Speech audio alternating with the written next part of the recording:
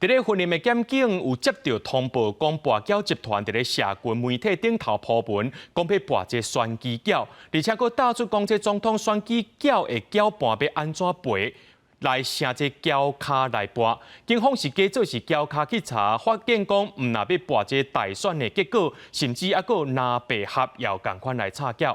落尾也利用这假称呢，掠到来收钱的共犯，也查到主嫌，目前是甲这两个人拢声押核准。拿白敢要合安怎合？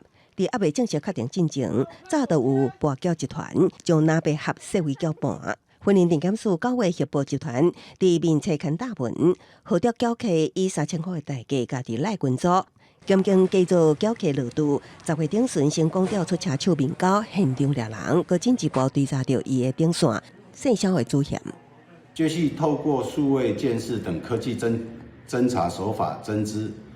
该车手之上线萧姓主嫌身份，于10月26日弃获萧险到案。为拿白无合作赔率，EB 2.5到过后赔，EB 1赔率，嫌犯以各种组合的赔率，互客观额度来趁钱。警方先以小款钱假以额度拍入侦所，诱捕成功。目前也在扩大调查中，两个人也方提起公诉。予以申请羁押获准。该2人涉嫌违反总统选举罢免法及洗钱防治法，于本月20日予以提起公诉。警方查获3支工作手机，犯罪所得53785块。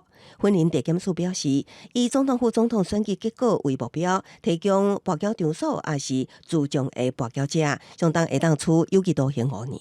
也呼吁民众若发现选举搅拌的不法行为，会当卡检举专线，相关会当得到500万的检举奖金。记者综合报道。